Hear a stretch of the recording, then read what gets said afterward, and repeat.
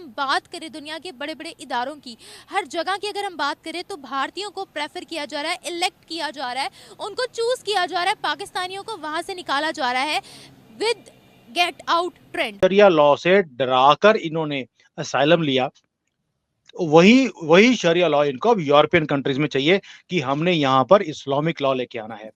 और उसके बाद फिर ये वहां पे कत्लेआम करते हैं, रेप करते हैं, लड़कियों को उठाते हैं, बच्चों को तंग ये क्या इस्लाम के नाम का दंगा हो रहा है? क्या कहीं इस्लामोफोबिया है जो दूसरे कंट्रीज के लोग बोल रहे हैं कि हमें भी अपने मुसलमानों से ऐसे डील करना चाहिए? यूरोपियन कंट्रीज ने जैसे आग लगाई है वहां पर, सारे के सारे जो इनको होटल दिए गए थे जहां जहां पे रहते थे, उन्हें आग लगा दी कि गेट आउट ऑफ इट, बहुत होगी तुम्हारी बदतमीजी, अब हम पर इस सब पाकिस्तान को कोई बंदा जो है वो किसी ने लिफ्ट नहीं कराई। मुझे ये पॉइंट बड़ा खटकता है। मैं इसको as a student of politics में समझने की कोशिश कर, पाकिस्तान को ये जो साइडलाइन कर दिया गया है सऊदी अरब ने और बाकियों ने, ये कोई एक मेजर वजह नजर आती है। What's your take on that sir? देखें जी, इसकी बड़ी वजह जो है वो यही है कि उनको एक तरीके से जो है वो इग्नोर, डेलिबरेटली पाकिस्तान को इग्नोर करने की पॉलिसी बनाई है उन्होंने।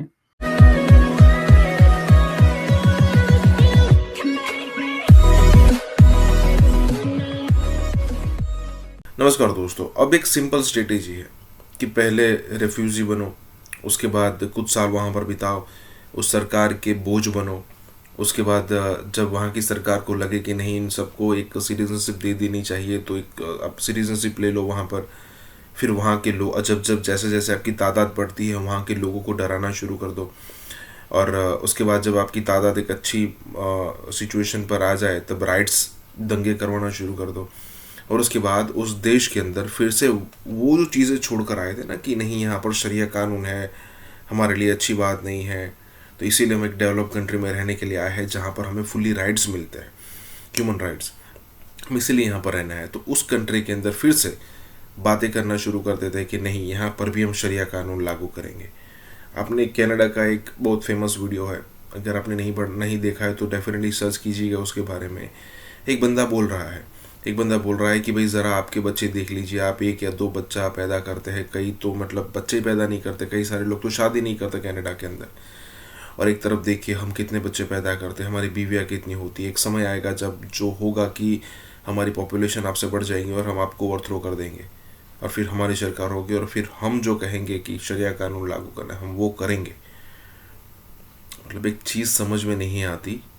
और अब जो है वो यूरोप के अंदर एक गेट आउट पाकिस्तानी या फिर गेट आउट इस टाइप की एक चीज़ शुरू हुई है, जो कि इस टाइप की मतलब कोई ना कोई तो होगा जो इन सारों को जागरूक करेगा कि भाई नहीं ज़रा देखिए कि इनकी थॉट प्रोसेस क्या है।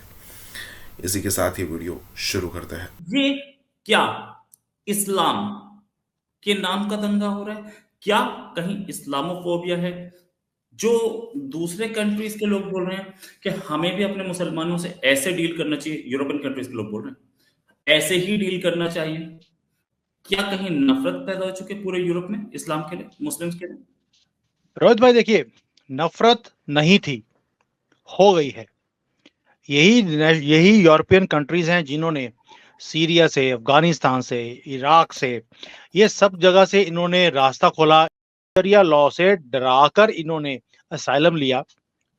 वही शरिया लॉ इनको अब यूरोपियन कंट्रीज में चाहिए कि हमने यहाँ पर इस्लामिक लॉ लेके आना है।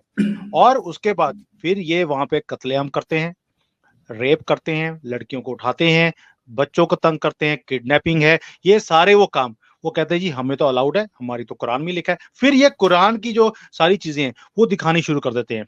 इसीलिए नफरत है कि भैया हम लोग शांति से रह रहे थे, हमारे ठीक है जो हुक्मरान है उन्होंने एक गलती करी, आप जैसे जानवरों को जगह दी हमारे कंट्री के अंदर, आज आप हम ही बर्दाश्त नहीं करते हो। भाई जर्मनी हो, फ्रांस हो, इटली हो, स्पेन हो, आप कहीं भी देख लीजिए, वहां पर आपको वीडियोस दिखती हैं कि जो पब्लिक कैमराज हैं कि लड़कियां सड़क पे जा रही हैं, लात मार दी, उनको नीचे गिर गई, सीढ़ियों से नीचे गिर दिया, चाकू मार दिया। ये आम बात है इनके लिए। क्यों? कि जी हम क्योंकि आप इस्लाम को फॉलो नहीं करते, इसलिए हम आपको बर्दाश्त नहीं कर सकते। भाई कंट्री उनकी, रिलीजन उनका, तुम बाहर से आए हुए एंड तुम बोलते हो कि हमारा लॉ फॉलो करो, इसीलिए। मेरे सब पाकिस्तान को कोई बंदा जो है वो किसी ने लिफ्ट नहीं कराई।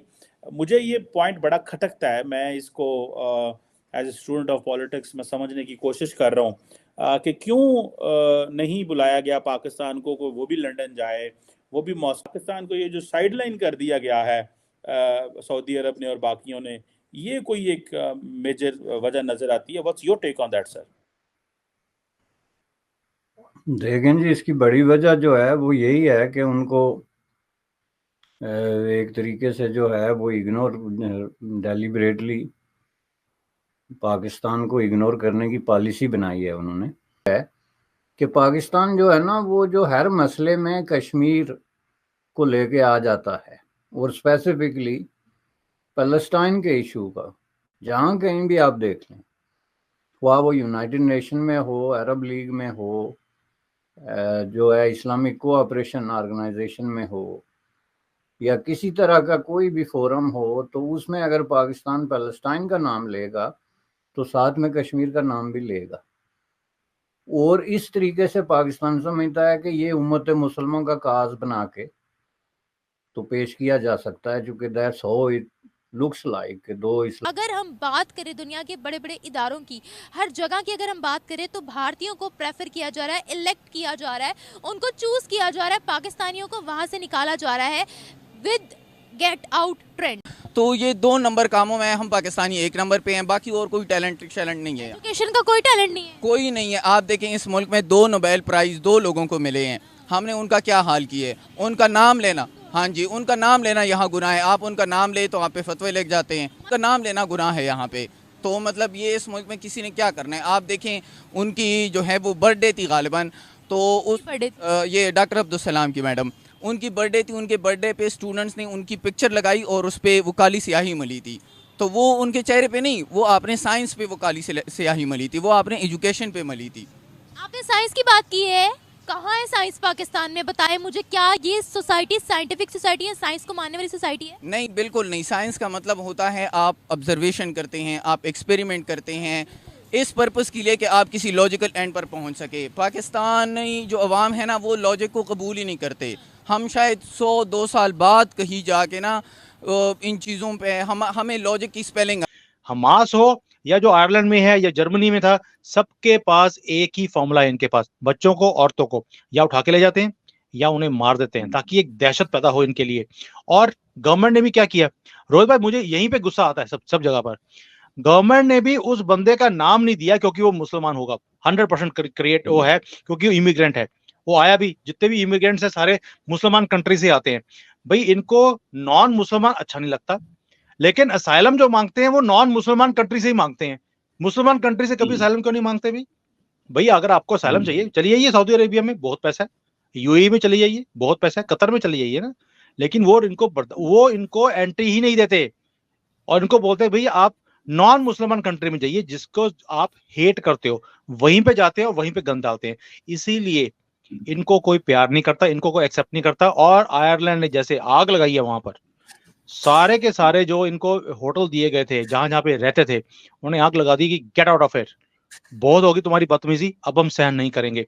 ये शायद जो ये चीज है, इन्होंने खुद अपने ऊपर अट्रैक्ट करी है। भाई जर्मनी के अंदर लास्ट वीक उन्होंने मस्जिदें बंद करनी शुरू कर दी, और उन्होंने रूल बनाया है कि जितने जिहादी हमने बाहर से लेकर आए थे, एक एक को हमने वापस भेजना है, क्योंकि दे आर रेडिकलाइज्ड। और पिछले पाकिस्तान के साथ उनकी गुज़श्ता 4-5 सालों से बात पे ये बात आ रही है कि ये मसला है कश्मीर का जो आप उठाते हैं इशू, हमारे साथ, हम इसमें आपकी सपोर्ट करने के लिए तैयार नहीं हैं।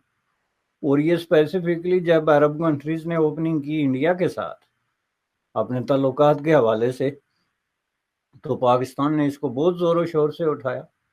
उसकी वजह ज़ाहिर है ये खौफ था कि अगर इंडिया के साथ इनके ताल्लुकात हमसे बेहतर हो गए तो फिर ज़ाहिर है मसला कश्मीर पे इनकी जो है स्टैंड भी वही होगा जो इंडिया का होगा। और अल्टीमेटली जाके वही हुआ। स्टैंड जो है वो जिस स्टेटमेंट से नहीं देखा जाता, स्टैंड में आपका एक्शन और आपकी पॉलिसीज़ जो है वो देखी जाती हैं। आपने देखा कि अरब कंट्रीज ने अपनी जो है बड़ी बड़ी जो फ्यूचर के प्लान्स हैं, उनकी जो इन्वेस्टमेंट है उसको इंडिया के साथ जोड़ा। एक ऐसे वक्त में जब जम्मू कश्मीर को लेके बहुत बड़ी कंट्रोवर्सी चल रही थी, 5 अगस्त 2019 के बाद, जब नरेंद्र मोदी साहब को इस तरह की सपोर्ट की ज़रूरत थी, खुल के या इशारातन, तो उस वक्त जो है वो अरब कंट्रीज ने बिल्कुल विलिंगली और रेडीली जो है अपनी हेल्प पेश की, ये कह के कि हम इन्वेस्टमेंट करते हैं और